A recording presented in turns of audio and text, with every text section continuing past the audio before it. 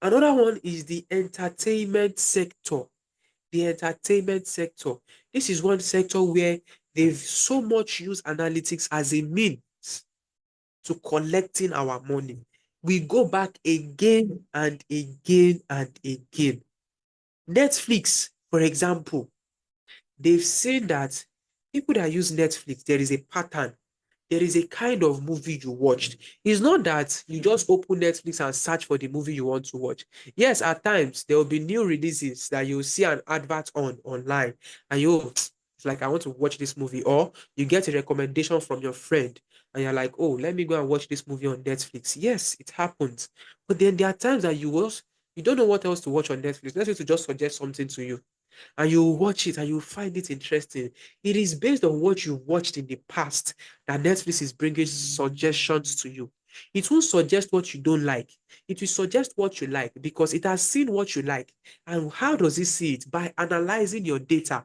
Oh, this particular movie is stopped at 2 minutes and he didn't watch it again. Chances are he doesn't like that movie. Who are the people that acted in that movie? What kind of movie is it? Who is the director of that movie? It will take all those things. When it begins to see a pattern, it won't suggest movies of that pattern to you again.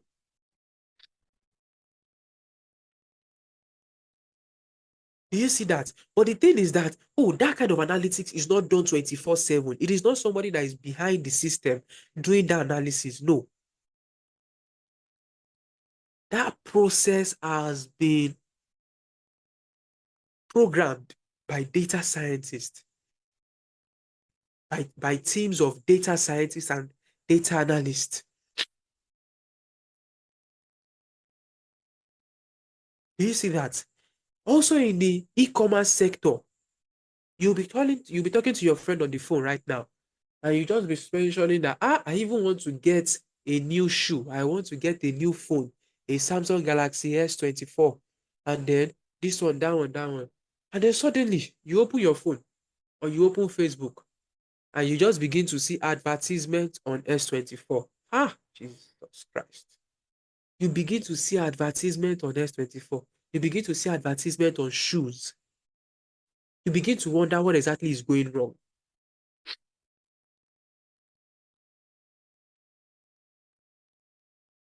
Okay, it is simply the e-commerce sector making use of your data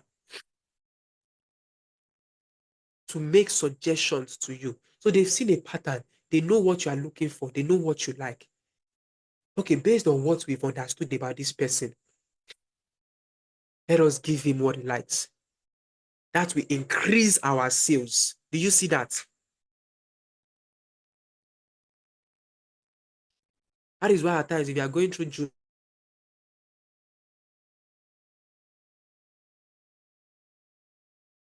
these items, you now begin to see pouch, you see earbuds, you see um, fast charger, you see wireless charger, you see this, you see that.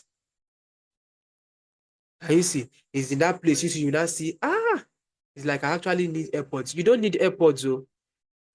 But it's that time you remember that you have not used AirPods in 2 years. Let me also buy it. When you buy that one, you will see again. People that bought AirPods also bought, okay, they are simply using our data to collect more money from us. Okay, so these are very good examples of what data analytics do in this sector, in the financial sector as well. When you hear a risk analyst or fraud analyst, or someone I saw on LinkedIn today, was it today or yesterday? He is a fraud analyst. And what he does is he tries to detect fraud. So how he does that, he needs to be exposed to some methodologies in that space. I'm going to take a look at that shortly. Okay, but quickly, the phases of data analytics. So as a data analyst, you need to know that there is a process to analyzing data. All right, of data analytics. Now, in data analytics,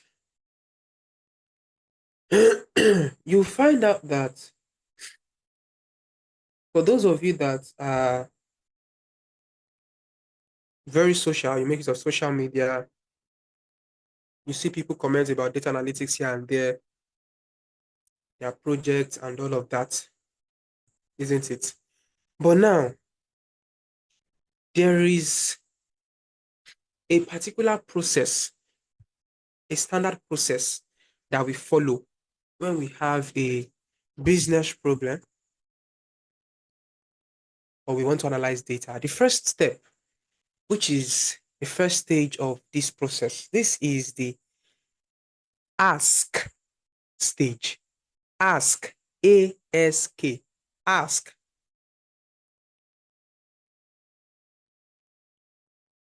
Hmm? Ask. You need to ask so that you can receive. This is where you define the business problem. This is where you identify the problems that you need to solve in the ask stage. You need to get good clarification of what you are needed to do. When you understand what you are needed to do properly,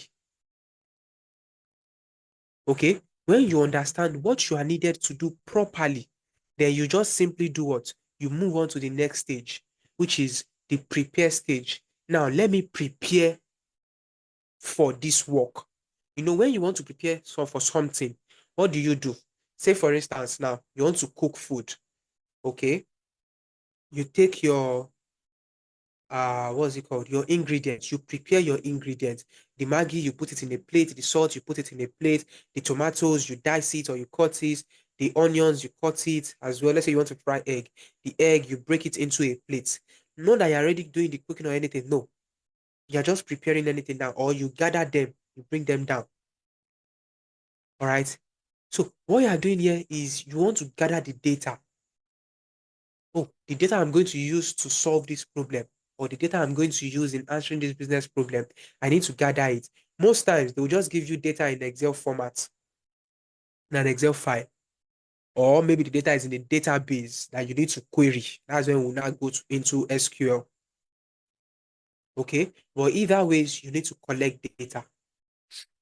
All right, then you now move on to the process stage. The process stage. So it's in the process stage that you need to clean up your data. All right. In the process stage, you clean up your data.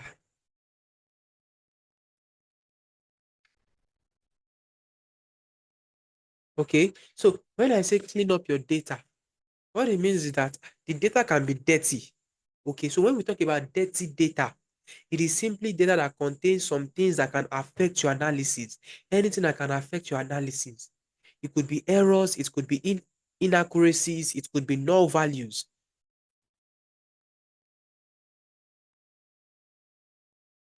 Okay, so in the process phase is where you clean and transform your data. Is when you clean and transform your data. Now, in the analyze phase, which is the fourth phase, this is where you now begin to question your data. I want to know what was the sum of sales made for this product? What was the revenue in this year? How does the revenue perform in this location by month? How does the revenue perform across different product categories?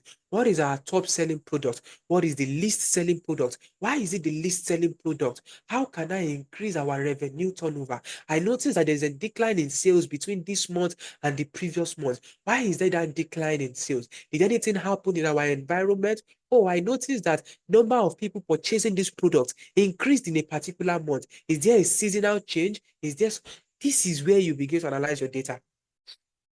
Now, in analyzing your data, you might need to build some visuals here and there to understand it better because there are some things you see better on visuals rather than tables. Okay. But then the next stage, which is the share stage, is where you now share it to stakeholders. Okay. In this stage, you need visuals from your data, from the insight you've gotten, visualization to be able to communicate this insight. You present it to them. You can see that man, the way he's demonstrating. Okay. He's presenting to them. Yeah.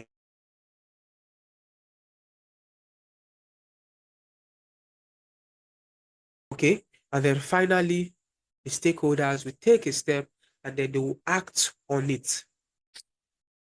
They will act on it. Okay.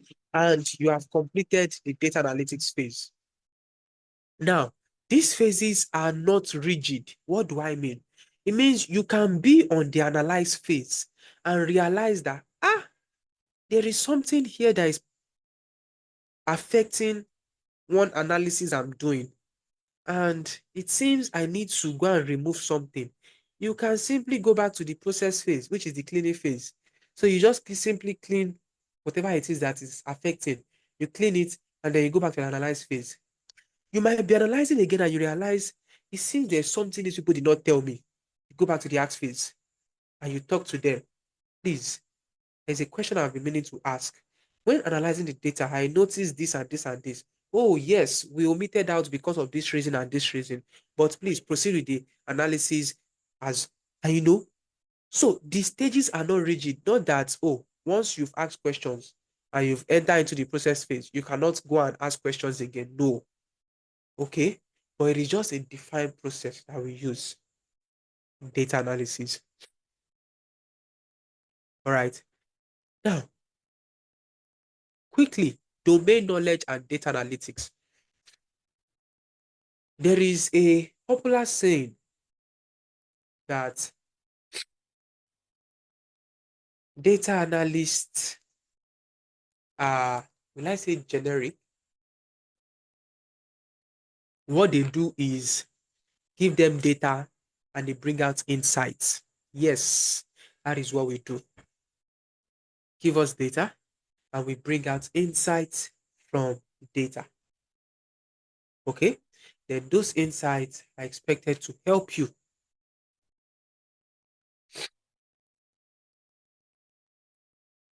All right? But then you might find yourself in any sector. The way you analyze data in health sector is different from the way you analyze data in e-commerce sector. Thankfully, we'll be going through data from about 2 to 3 different sectors within this program. Okay, but you need to know that there are more than tens of sectors out there. So if at the end of the day you get job as a data analyst in a real estate sector, the way you collect data and analyze there is different from your friend that is working as a data analyst in the healthcare sector.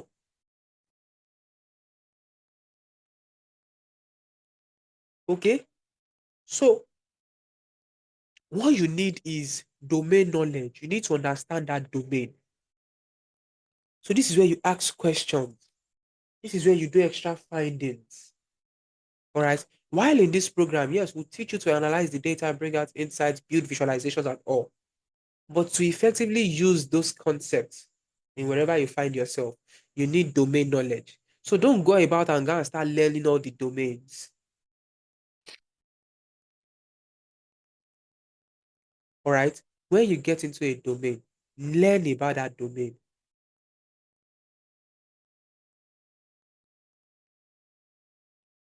All right. So domain knowledge is needed for data gathering, preprocessing, analysis, and gaining insights from the data.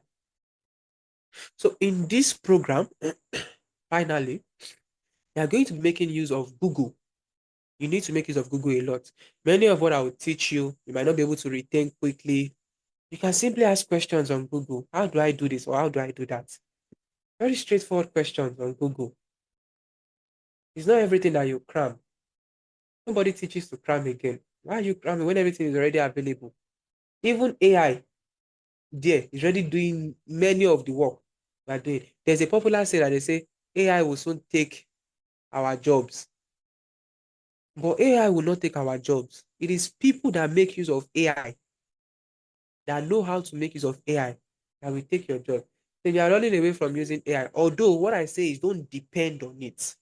Because at times, one, it can give you something wrong. If you don't have a good knowledge of the concept, you won't know that what it's giving you is wrong. Okay, I was working on a complex project um, recently and in Power BI, and the DAX expression was really turning my head upside down. The DAX query that I was writing, I was not achieving what I wanted. I had gone back and forth, had watched videos. So I asked ChatGPT, and ChatGPT gave me something like this thing is not. Is it somebody that doesn't know would have just copied it and pasted it, thinking it will work? But I looked at it again, and this thing cannot work. I knew it could not work because I knew what the correct thing should look like.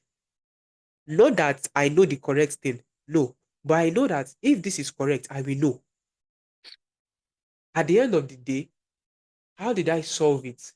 I had to sit down, look at the formula again, and there was one final thing I did not add in my formula.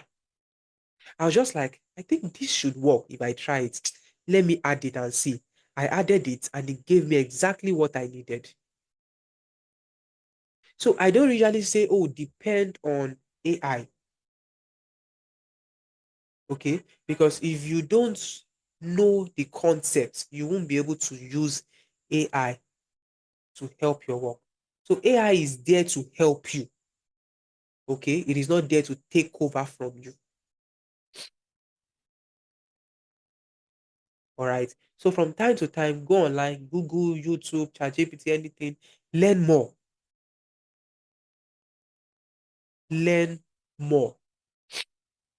Learn more. All right. These tools are going to teach you enough to get you ready for the job market. Freelancing, entry level roles, internships. Drop your questions in the comment section. Thank you.